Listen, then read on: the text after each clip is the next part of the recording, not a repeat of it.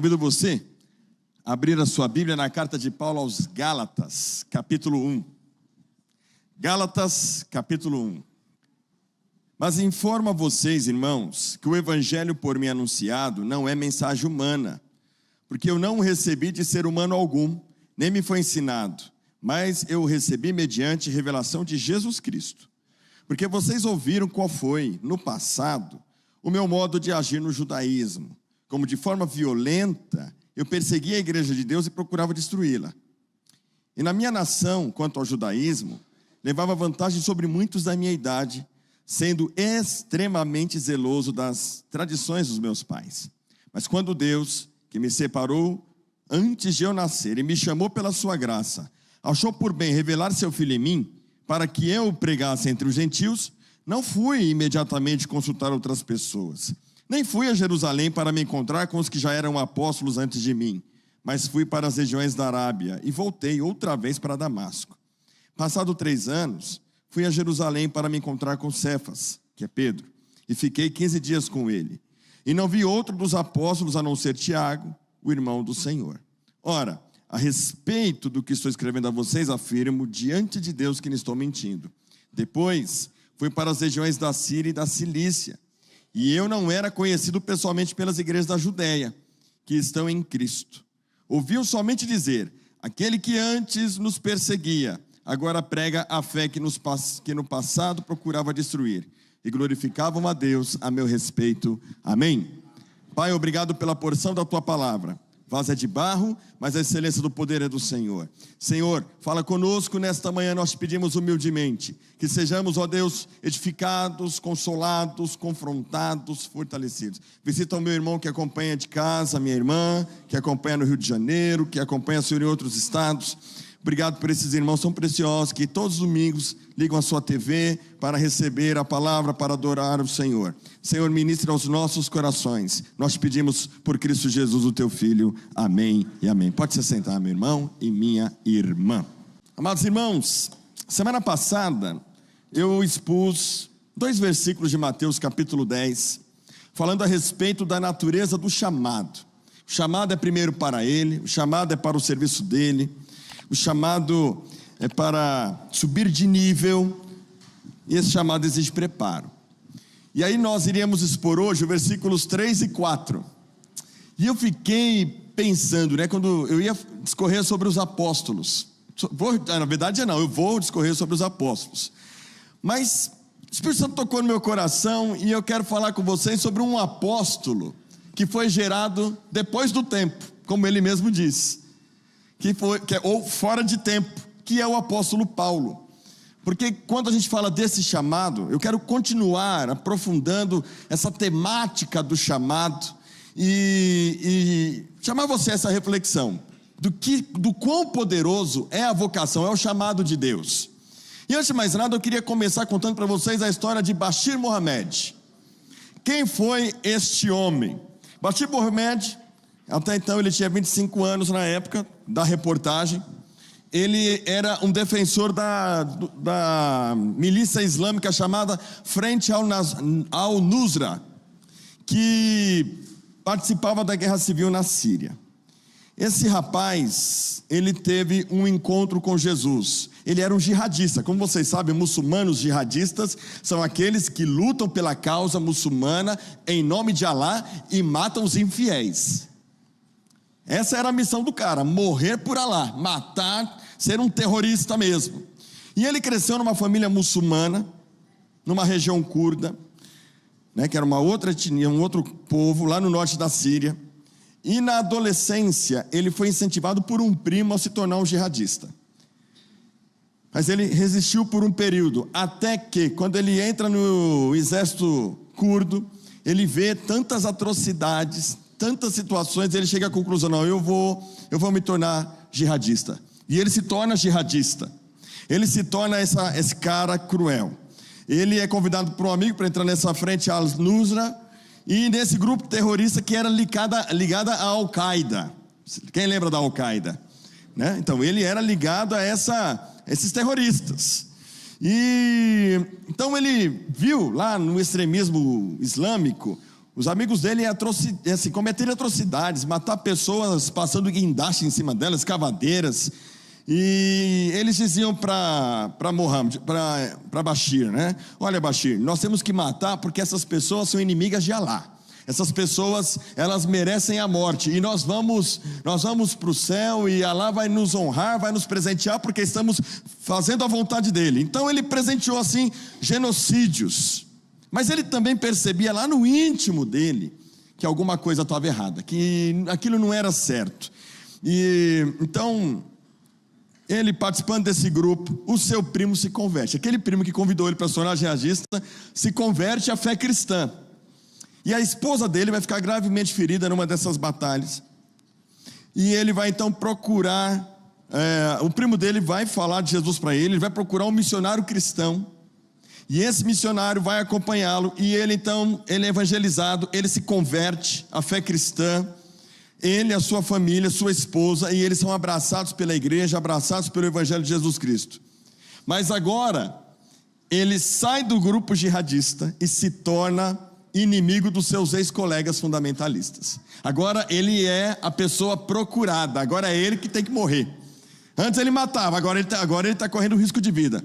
E infelizmente, irmãos, recentemente estava lendo, eu li essa história há uns 4 ou 5 anos atrás, e fui pesquisar de novo sobre a história dele para ver se encontrava alguma coisa, e descobri recentemente que ele foi assassinado, por causa da fé dele em Jesus Cristo. Ele adorava a Deus, e agora ele morre por causa desse Deus. Triste, irmão, forte, muito forte. Mas a gente tem aqui uma história que se assemelha à de Paulo. Bashir Mohamed é essa pessoa que teve essa experiência de conversão radical. Coloquei como título da mensagem o chamado de Paulo, um encontro transformador com o Evangelho. Mas também poderia colocar o título da mensagem como o chamado de Paulo, uma conversão radical. Porque quando o Evangelho entra na vida da pessoa de verdade, quando a pessoa tem um encontro de verdade com o Evangelho, algo realmente radical acontece na sua vida. Ou pelo menos deveria acontecer. E aí vem uma pergunta: quais são os principais acontecimentos numa vida de uma pessoa que se entregou para Jesus Cristo? Eu quero que você faça uma análise pessoal, que você olhe para a sua história de vida, que você olhe para a sua vida à luz do Evangelho. Porque, irmãos, John Wesley acreditava piamente que ia para o céu até dia 24 de maio de 1738. Mas no dia 24 de maio de 1738 ele concluiu que ele não era salvo.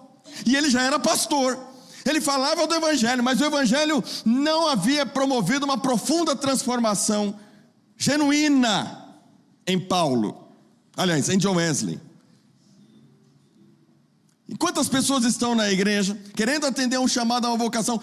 Nós vivemos a cultura que o Evangelho é muito comum ser crente, ser gospel é fashion, ser gospel é top, é da hora.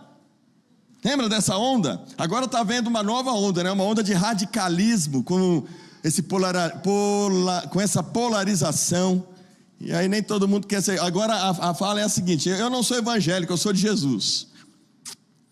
O que vai distinguir de fato que você é uma pessoa de Jesus? Quais são as evidências? O que a gente observa aqui? Quantos querem entender a palavra de Deus nessa manhã? E quer viver esse evangelho poderoso? Diga amém. Irmãos, quando a gente fala de um encontro com Deus, eu olho para o apóstolo Paulo e eu vejo realmente essas evidências.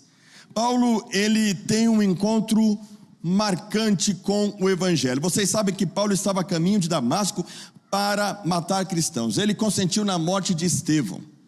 Ele era um cara fundamentalista, praticante, né, da fé farisaica. Ele era um cara radical. Mas Paulo diz que o evangelho o alcançou, e em Romanos capítulo 1, versículo 16, ele diz que o evangelho é o poder de Deus para a transformação de todo aquele que crê. O evangelho não vem para te melhorar, o evangelho não melhora ninguém. Presta atenção, o evangelho não melhora ninguém. Tem uma música herética que cantam por aí: me ajude a melhorar. Já viram essa música? Quem já viu essa música? Me ajude a melhorar. O evangelho não melhora, o evangelho transforma. O evangelho não melhora ninguém. Existe um antes e um depois de Cristo. A proposta do evangelho não é te melhorar. A proposta do evangelho é te transformar. O apóstolo Paulo sabe, esse evangelho é poder, porque ele é uma testemunha e uma evidência concreta de que o evangelho é poder, que pega um loucão que sai para matar a galera, para se tornar agora um louquinho que vai ser perseguido pela galera. Ter um encontro com Deus, irmãos, é muito mais do que ter sensações e experiências. Ter encontro com Deus não é vir no culto de domingo esperando ter sensações, ter emoções. Ter um encontro com Deus é um processo de transformação do nosso caráter. Ter um encontro com o evangelho é você antes e depois de Cristo. Ele muda a sua essência, ele muda o teu caráter, e isso reflete na sua maneira de viver. E é como Paulo vai dizer lá em 1 Coríntios capítulo 2, versículo 16, bem no finalzinho do versículo, ele fala: nós temos a mente de Cristo. O que é ser um cristão? Ser um cristão é muito mais do que colocar uma Bíblia debaixo do braço e frequentar os cultos no domingo. Ser um cristão é ser um pequeno Cristo. Ser um cristão, meu irmão e minha irmã, é ter a mente de Cristo, é ter uma nova visão de mundo, é enxergar o mundo com a lente de Cristo, é ter a relação com a sociedade, com a família, com uma esposa, com um filho, com o marido, com o patrão, com o funcionário, com o cliente, com o cara da fila, com o cara do busão, com o cara da universidade, da escola. As pessoas olharem e falar: esse cara é diferente, porque existe uma evidência concreta de que ele teve uma experiência com Jesus, ele tem a mente de Cristo. Sua conduta vai revelar que ele é cidadão do céu. Paulo diz em Colossenses capítulo 3, versículo 1 e 3, que nós, uma vez que fomos ressuscitados com Cristo, quer dizer, estávamos mortos nos nossos delitos e pecados, ressuscitamos com Cristo, agora nós buscamos as coisas que são do alto, porque é de lá que nós somos gerados. Quem é do céu, diga amém. Amém. Se você é do céu, se você tem a mente de Cristo, se você foi transformado, sua prioridade são as coisas do reino, são as coisas que vêm do alto, porque é de lá que você foi gerado, é de lá que você vem. Sua postura denuncia sua maneira de pensar e de agir. Sua visão de mundo é transformadora, e é transformada e transformadora, irmãos. Sua maneira de se relacionar com Deus, consigo, com as pessoas. Perceba que o chamado, ele faz tudo isso. Ele muda completamente a gente. E quando a gente olha para o apóstolo Paulo, é o que a gente vai ver. Uma mudança radical, uma genuína transformação. E quais são as evidências? Em primeiro lugar, quando você tem um encontro com o evangelho ele deixa um marco divisório na história da nossa vida. Olha o que Paulo vai dizer aqui em Gálatas capítulo 1, versículo 12. Paulo, antes de Cristo: porque vocês ouviram qual foi no passado o meu modo de agir no judaísmo, como de forma violenta eu perseguia a igreja de Deus e procurava destruí-la. Há um passado tenebroso. Paulo se apresenta àquela igreja, a igreja da Galácia, que era uma igreja que estava pendendo para o legalismo, que estava tentando misturar o evangelho, as boas novas com o legalismo, que ele era um legalista, mais do que todos, que ele viveu o legalismo de forma literal, que o seu procedimento no judaísmo era tão radical que ele devastava a igreja, ele matava cristãos, ele perseguia, ele assolava a igreja de casa em casa e matava cristãos. A sua reputação, irmãos, era a pior possível diante dos cristãos. Você imagina, olha para mim aqui, só para você ter uma sensação.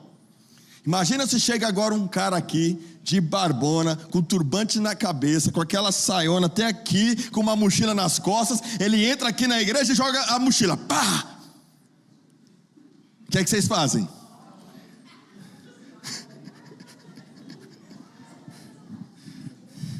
Esse era Paulo. Paulo está vindo, galera, fecha a porta. Paulo está vindo a comitiva, está vindo para matar nós. Paulo era temido, ele era inimigo dos cristãos, e aos olhos dos judeus era a melhor pessoa possível. Por quê, irmãos? Porque no seu passado, Paulo tinha profundas convicções, como diz o versículo 14, e na minha nação quanto ao judaísmo, levava vantagem sobre muitos da minha idade, sendo extremamente zeloso das tradições de meus pais. Que tradições são essas? Filipenses capítulo 1, Paulo vai descrever essas tradições, no capítulo 1, a partir do versículo...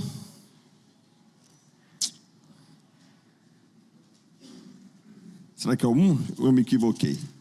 Capítulo 3. A partir do capítulo 3 de Filipenses, ele fala a partir do versículo 4. É verdade que eu também poderia confiar na carne.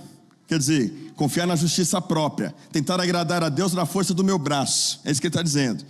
Se alguém pensa que pode confiar na carne, quer dizer, praticar a lei, fazer as coisas certas para ser salvo, cumprir a lei e confiar na força do braço para ser salvo, confiar nas boas obras, ainda mais ele fala. Aí ele continua no versículo 5: fui circuncidado no 8º dia, porque todo judeu tinha que ser circuncidado no 8º dia. Sou da linhagem de Israel, da tribo de Benjamim, hebreu de hebreus. Quanto à lei, eu era fariseu. Versículo 6: quanto ao zelo, perseguidor da igreja. Quanto à justiça que há na lei, irrepreensível. Quer dizer, Paulo era um homem que andava segundo as suas convicções. Paulo não era judeu meia boca. Ele não era o cara que você perguntava para ele assim: você é cristão? Aí o cara fala: sou cristão. Então cita um versículo da Bíblia.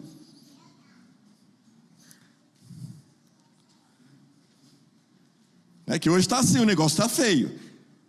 Você crê em Jesus? Você crê na palavra de Deus? Cita pelo menos 3 versículos da Bíblia de cor. Paulo não, irmãos. Paulo tinha profundas convicções na sua tradição, na sua verdade. Praticava o judaísmo, como ele está dizendo, à risca. Ele confia plenamente. Antes de Cristo, Paulo vivia pelo que acreditava de maneira profunda. Ele era um religioso ferrenho. Mas aí, irmãos, o evangelho entra na vida de Paulo. O evangelho entra na vida de Paulo. E o que acontece quando o evangelho entra na vida de alguém de verdade? O que acontece, irmãos? Transforma.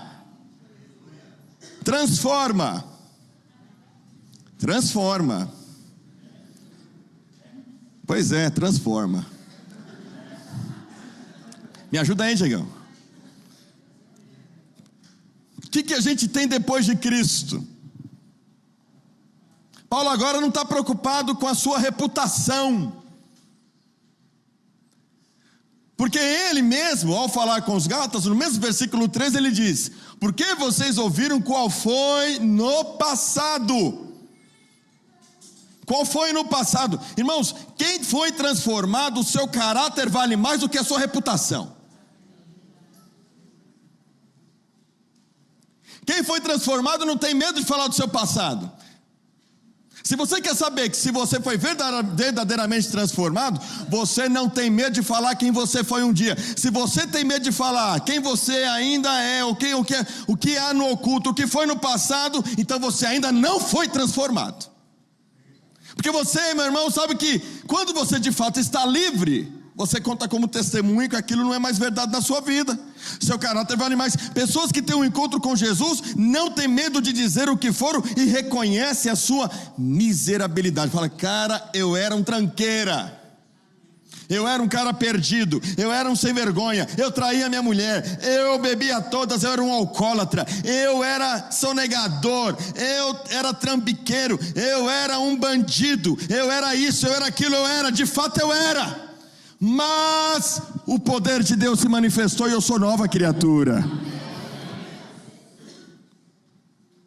Quem teve um encontro com o Evangelho, meu irmão, sabe que o que é mais importante é o seu caráter. E daqui para frente ele confia no Espírito de Deus, ele vive segundo o Espírito, então ele pode testemunhar com muita humildade quem ele se tornou. Ele não bate no peito, eu sou cristão.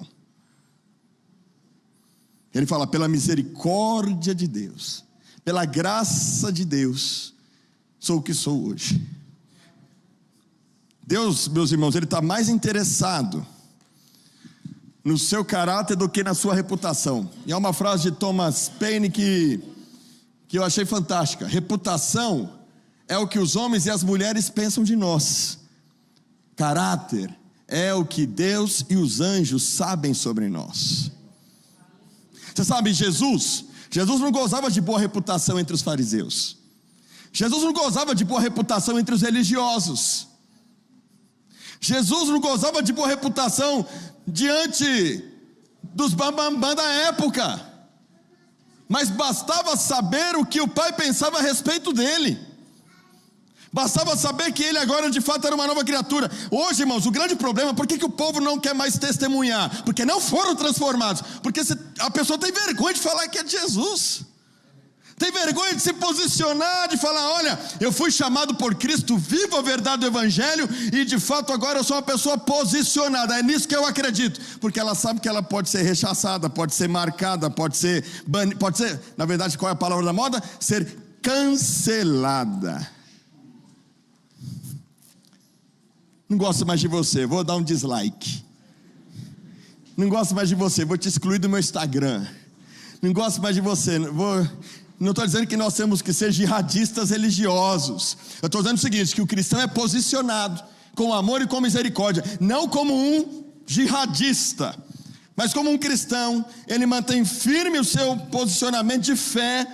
As pessoas podem vir, a gente com medo irmãos, os crentes têm medo de se posicionar.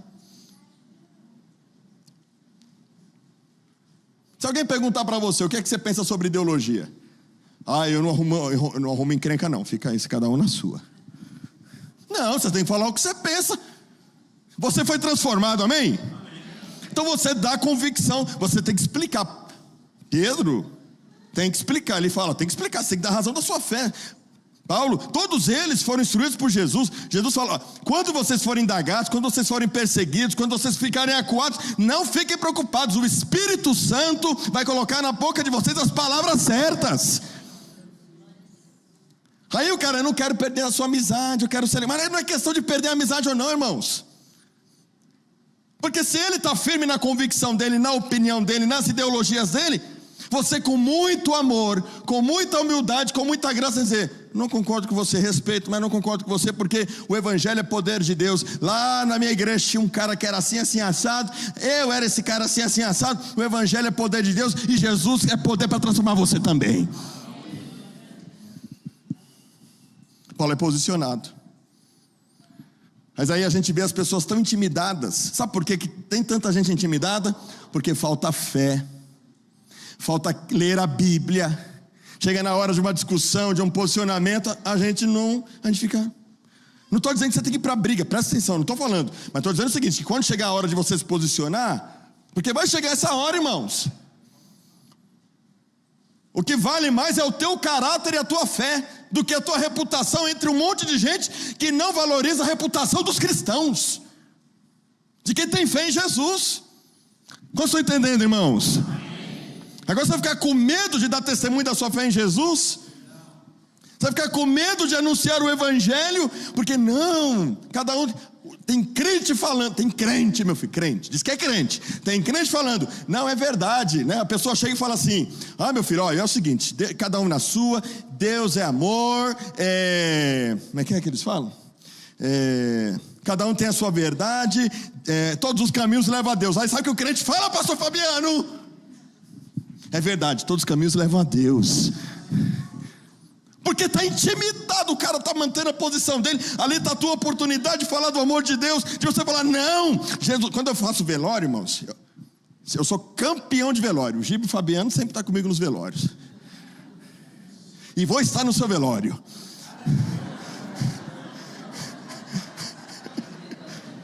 Lá no seu velório, sabe o que eu vou falar? Eu vou falar o que Jesus disse, lá em João capítulo 14. Não se turbe o vosso coração, credes em Deus, credes também em mim. Na casa de meu pai há muitas moradas, se não fosse assim eu vou teria dito, vou preparar lugar. Quando eu for preparar lugar, voltarei e os levarei para mim mesmo, para que onde estou vós estejais também. E aí, Tomé, a gente não sabe que caminho, como é que a gente chega lá?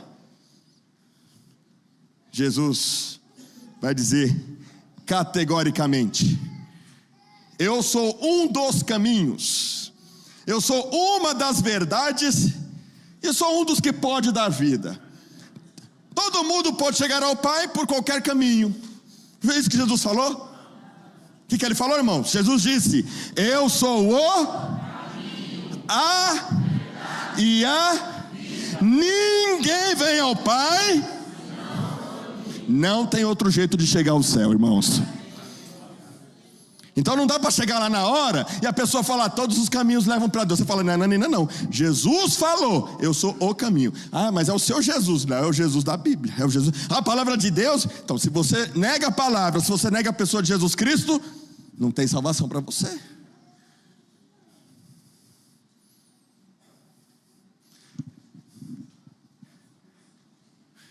Deus está mais preocupado com o seu caráter do que com a sua reputação. Você imagina alguém falar mal do seu pai, da sua mãe, falar mal da sua família. O que é que você faz? Ah, é verdade, meu pai é isso, minha mãe é aquilo mesmo, minha mãe é isso mesmo. Minha família? É. Vai falar mal da sua mãe, o que você vai fazer? Você vai dar voadora, não é não? Não, você é crente, Júlio. Voadora santa? Sabe, irmãos, está faltando convicção para os crentes. Está faltando posicionamento. Quem foi transformado e faz parte da família de Deus, vai testemunhar de Jesus. Quem foi transformado e está na família de Deus, vai manter firme a sua convicção diante das ideologias, diante das bandeiras ideológicas, diante da pressão da sociedade, porque ele sabe que o Evangelho é poder de Deus. Quem é que você tem sido nesses tempos? Sabe, o apóstolo Paulo, depois de Cristo, ele vai falar em Filipenses capítulo 3, versículo 7 e 8, eu coloco aqui para você. Vamos ler todos juntos? Eu fiz assim, só um recorte aqui para sintetizar, mas você consegue enxergar ali? Todo mundo enxerga? Vamos lá, 1, 2, 3. Mas...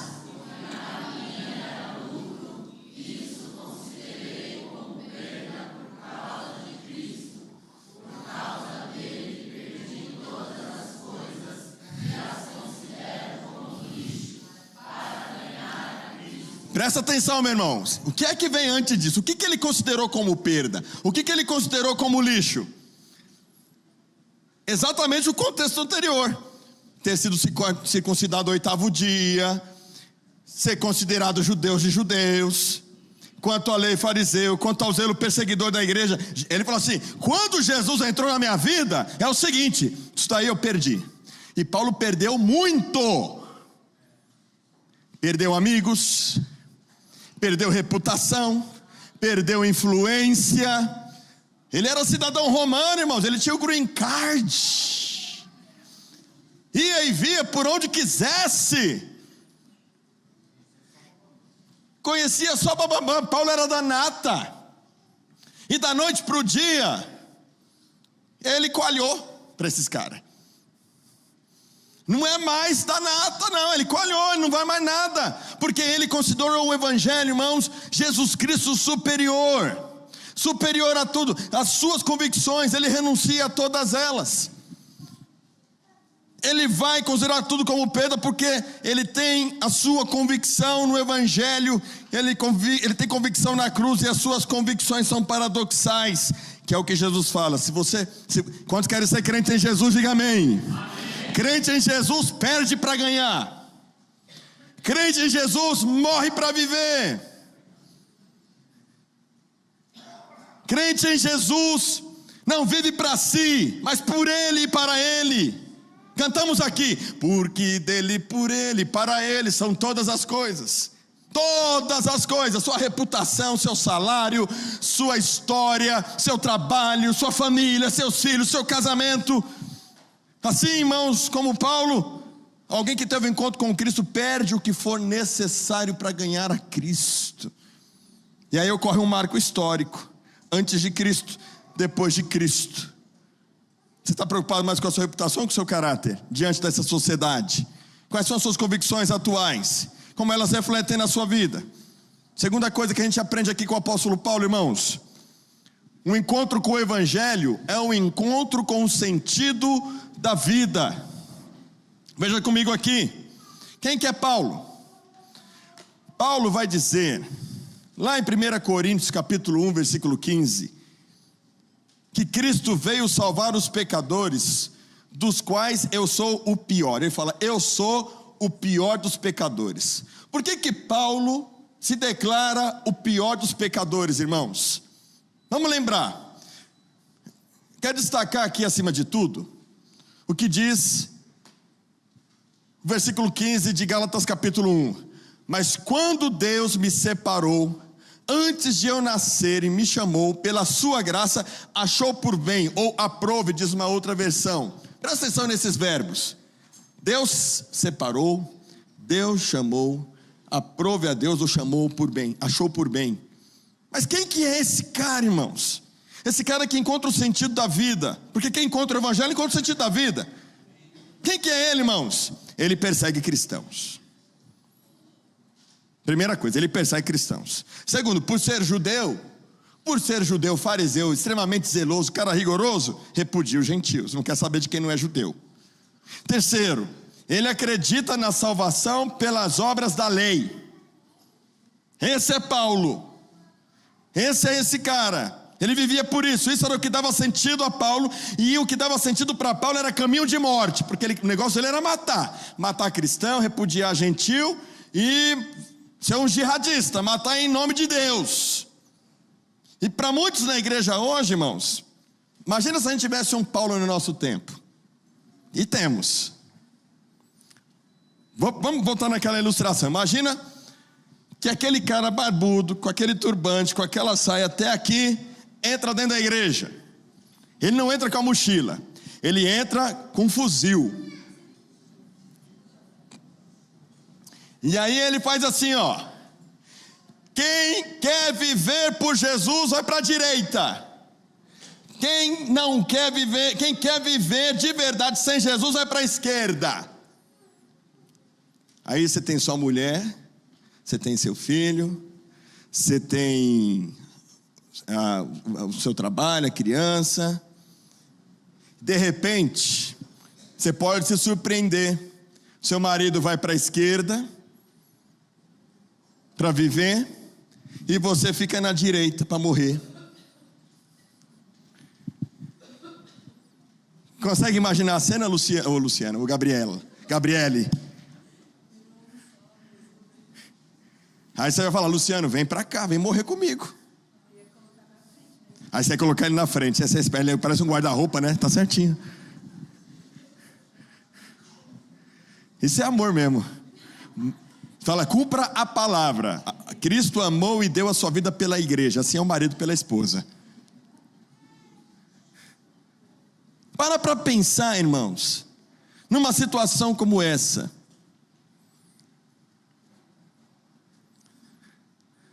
Quem é o sentido da sua vida? Quantos entregaram sua vida para Jesus aqui? Diga amém. Está preparado para morrer por Jesus? Pode dar uma glória a Deus? Rapaz, não dá glória a Deus muito rápido não. Deixa eu terminar a mensagem. Aleluia. Aí você vai racionalizar. Não, mas eu vou negar aqui, mas eu vou continuar vivendo e vou continuar seguindo a Jesus. Aí é que está, irmãos. Já negou. Não tem esse negócio. Percebe a questão da convicção? Convicção, reputação, convicção, viver, morrer.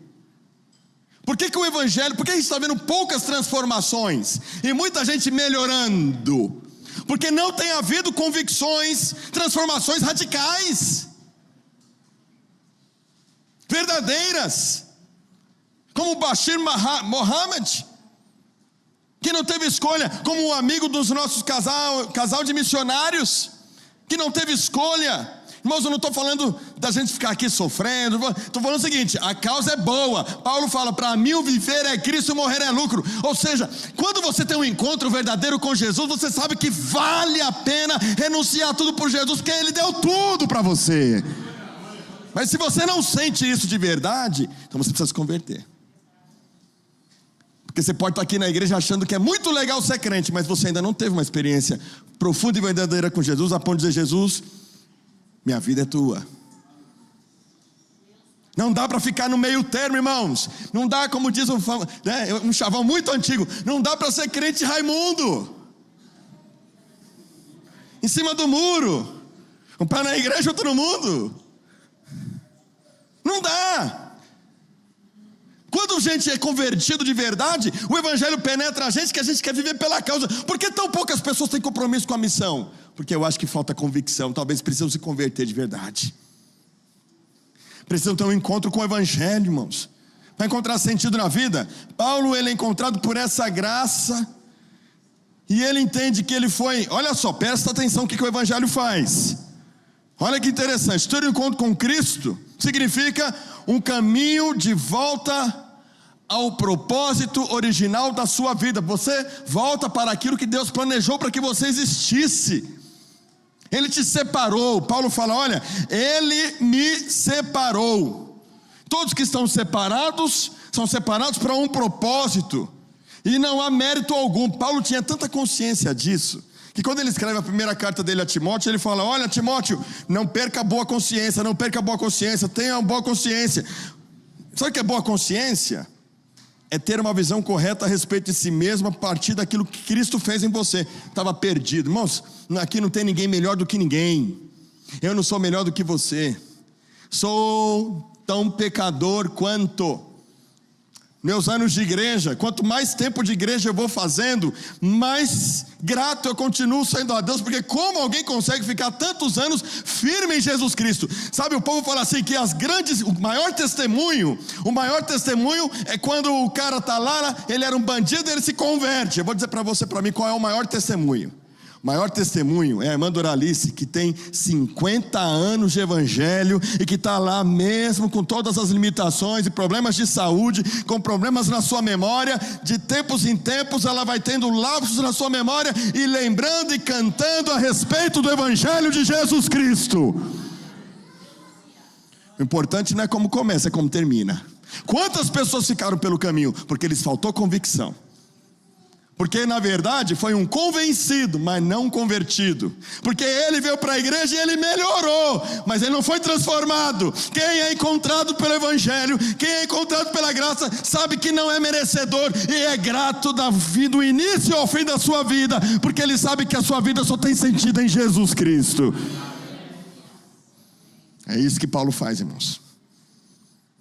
Ele me chamou, Ele me separou, e Ele vai viver toda a sua história, toda a sua trajetória, até a gente ter a segunda carta dele a Timóteo, dizendo, Timóteo,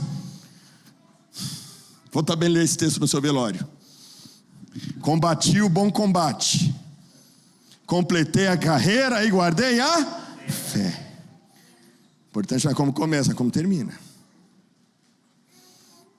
Se você está meio cambaleando, meio inseguro, o Senhor está te chamando hoje a um posicionamento, amém, meu irmão?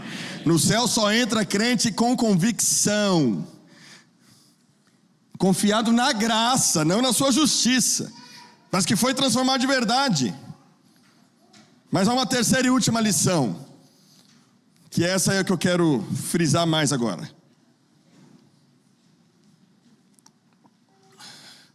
O encontro com o evangelho é passar por um processo de amadurecimento espiritual e transformação do caráter. Olha o que Paulo vai dizer aqui em Gálatas capítulo 1, versículo 17 a 21. Nem fui a Jerusalém para me encontrar com os que já eram apóstolos antes de mim, Mas fui para as regiões da Arábia e voltei outra vez para Damasco. Passado 3 anos, fui a Jerusalém para me encontrar com Cefas e fiquei 15 dias com ele. E não vi outro dos apóstolos a não ser Tiago, o irmão do Senhor. Ora, a respeito do que estou escrevendo a vocês, afirmo diante de Deus que não estou mentindo. Irmãos, o que Paulo está debatendo e argumentando com os crentes da Galácia? Gente, ninguém me converteu não. Ninguém, olha para mim aqui, ó, presta atenção. Chegou um barbudo aqui na igreja, com um turbante na cabeça, com uma saia até aqui, com uma metralhadora na mão. Quem vai ser o primeiro a falar para ele? Abandone a sua vida velha e se entregue para Jesus. Quem tem coragem de falar? Quem é que tem coragem de ir comigo agora para o Iraque? Quem quer ir para o Iraque comigo? Bora? Quem quer ir para Bagdá? Quem? Bora, Giba? Bora fazer uma viagem missionária lá no Afeganistão. Viagem de 1 mês.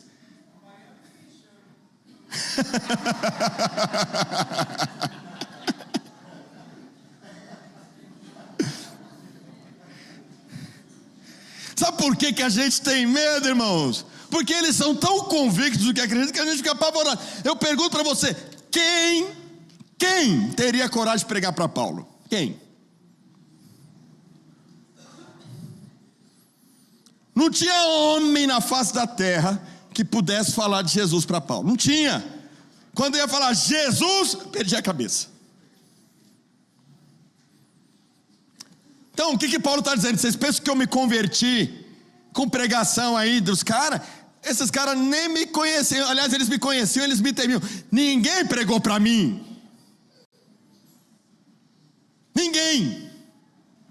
Ninguém chegou para mim falando do evangelho.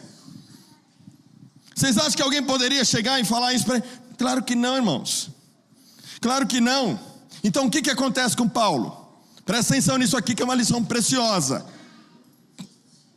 Nem fui a Jerusalém para me encontrar com os que já eram apóstolos antes de mim, mas fui para as regiões da Arábia e voltei outra vez para Damasco. Irmãos, é o seguinte, o cara era perseguidor. Presta atenção, se coloca no lugar de Paulo. Você é Paulo agora. Você é amigo dos judeus, você é sustentado por eles para matar cristãos. Certo? Beleza? Da noite para o dia, agora você não mata mais cristãos porque teve um encontro com Jesus. Vai pensando em mim. Se eu ficar entre os cristãos, vão ficar com medo de mim. Se eu ficar entre os judeus, vão me matar. Para onde é que eu vou? Ele vai para o deserto. Ele vai para o deserto das Arábias. Ele vai para as regiões da Arábia. Quem é que vai atrás de Paulo na Arábia? Quem é que vai atrás do cara que era assassino? Ninguém. Quem é que vai querer matar ele? Ninguém vai achar ele. Você está entendendo? O cara vai para a Arábia porque ele tem que ser. Agora ele é foragido. Foragido do Sinédrio. E sem amigo, porque os cristãos não vão acreditar que ele se converteu.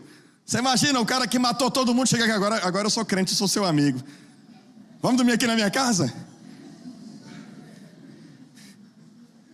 É claro que você não vai receber Paulo na sua casa. Medo de não acordar, né? Então para onde é que Paulo vai, irmãos? Ele vai para a Arábia. Porque o evangelho faz isso, presta atenção. Por que muita gente ainda não se entregou para Jesus? Ou se entrega pela metadinha? Porque tem medo de perder. Tem medo de perder a reputação. Tem medo de perder as amizades. Tem medo de mostrar para que veio. E aí ele vai para o deserto. Ele vai, irmãos, viver no deserto. E para que serve o deserto? Presta atenção, você que se entregou para Jesus e está passando por deserto. Pastor, eu entreguei minha vida para Jesus e parece que a minha vida piorou. Quem já teve essa sensação? Levanta bem alto a sua mão, levanta, porque talvez o seu irmão está precisando ver a sua mão hoje levantada. Sabe por quê, meu querido? Porque deserto é lugar de luz. Olha o que diz Deuteronômio 8:2. Deus os guiou no deserto para pôr vocês à prova, para saber o que estava no coração de vocês. Sabe por que Deus permite crente recém-convertido ou crente em determinado momento da sua vida passar por deserto? Porque o deserto, irmãos, Deus, Ele nos tira do Egito, Ele nos tira do pecado, Ele nos tira da vida velha, mas Ele nos leva para o deserto para tirar o Egito de dentro da gente, para tirar a vida velha de dentro da gente, para fazer a gente de fato ser transformado. Para isso serve o deserto. Você vai ficar brigando com Deus? Continua turrão, continua brigando com Deus, continua querendo manter sua vida velha. Eu sou assim, pastor, como diz o pastor Dori, uma vez pregou aqui há muitos anos. Pastor, eu sou crente Gabriela. Eu nasci assim, vou viver assim, vou morrer assim, crente Gabriela. Não, irmãos, o evangelho é poder, há um antes e depois. E por isso é que Deus leva a gente para o deserto, para falar com amor, para trabalhar as suas motivações, para trabalhar. E olha, não importa, você pode ser crente recém-convertido, você pode ser um pastor como eu, com quase 20 anos de ministério. Sempre tem alguma coisa que Deus precisa tirar da gente, e aí Ele leva a gente para o deserto. Às vezes é para tirar o orgulho, às vezes é para tirar a confiança no dinheiro, às vezes é para tirar a confiança nas suas próprias habilidades, tirar a sua confiança, para que você deposite sua confiança somente nele, porque transformação, irmãos, é isso, é confiança total e plena no Deus que te recriou, amém, irmãos? Amém. Deserto é lugar de fome. Ele humilhou vocês, Ele os deixou passar fome, Ele deixou vocês as últimas consequências, para mostrar para vocês que nem só de pão vive o homem, mas da palavra que procede da boca de Deus. Você está passando por deserto, você entregou sua vida para Jesus, ou você já está muito crente na vida cristã e não está entendendo os seus processos. Eu te digo, meu irmão, o Senhor é Deus que tem te sustentado com maná e vai continuar se sustentando com maná no deserto, mas Ele quer ver transformação. Se você diz que é embaixador do reino dele, as pessoas têm que olhar para você e têm que ver a cara dele. Por isso a gente vai para o deserto. Quem está passando por o deserto, dá glória a Deus.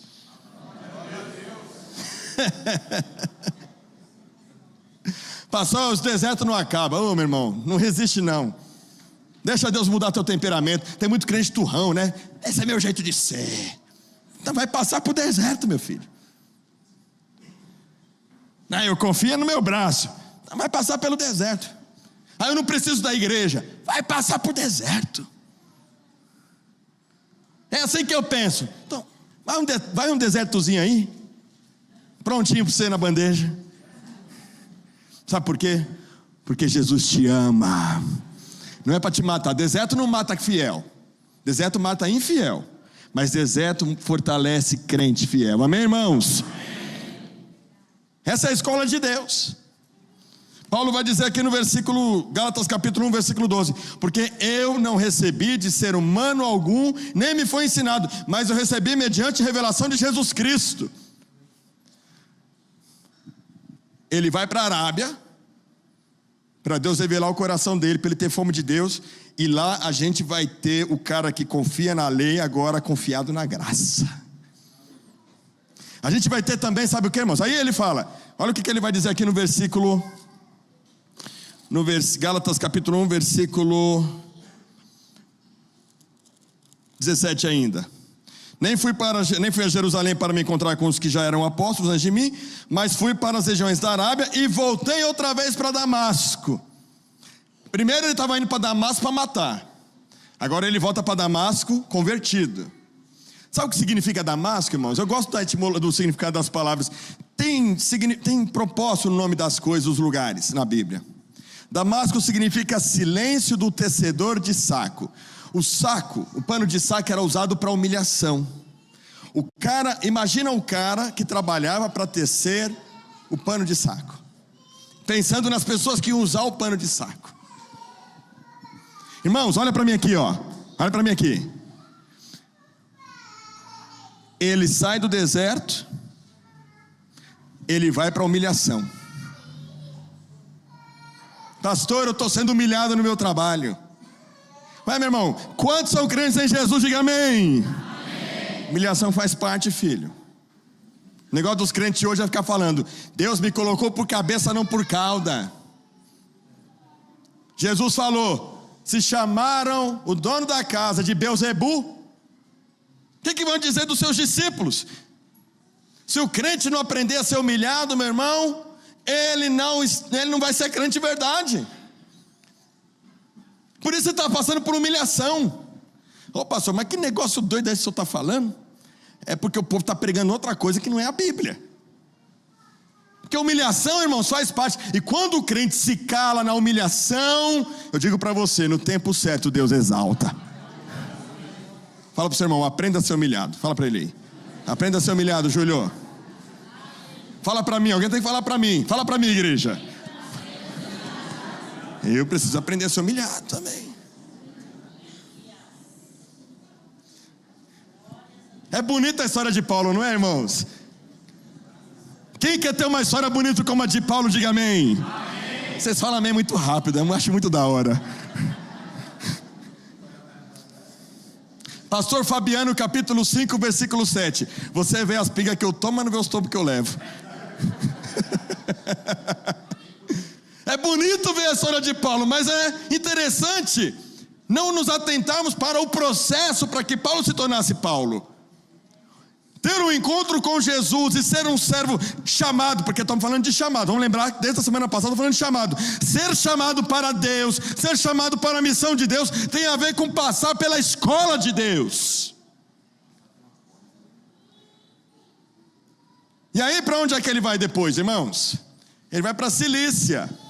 Diz aqui o versículo, Gálatas capítulo 1, versículo 21. Depois fui para as regiões da Síria e da Cilícia. O que é Cilícia? Cilícia, a capital da Cilícia se chamava Tarso. Ele é Paulo de? Então era a casa dele, ele volta para casa. Você imagina que da noite para o dia o cara era assassino, depois que ele ganhou convicção, que o evangelho transformou ele, agora ele vai de peito aberto enfrentar todo mundo que fala mal dele, todo mundo que critica porque ele se converteu, todo mundo que critica porque ele tem convicções, mas ele não vai perder a fé porque ele nasceu de novo, e ele não vai odiar essas pessoas, ele vai falar do amor de Deus para essas pessoas, irmãos, porque ele aprendeu na escola de Deus. Quantos estão entendendo a palavra nessa manhã, irmãos? Para de se preocupar com a sua reputação. Deus tem um chamado para você. Mas se você tem que voltar para a Cilícia, é porque ainda está no processo. Se você tem que voltar para a Arábia, se você tem que fugir para a Arábia, é porque está no processo. Se você está em Damasco, é porque está no processo. Deixa Deus trabalhar. Deixa Deus te forjar. Deus quer te usar e o mundo precisa de crentes de verdade. Então Jesus faz um convite para mim e para você nessa manhã. Você quer ter um encontro comigo? Um encontro transformador? Vamos ficar de pé, irmãos?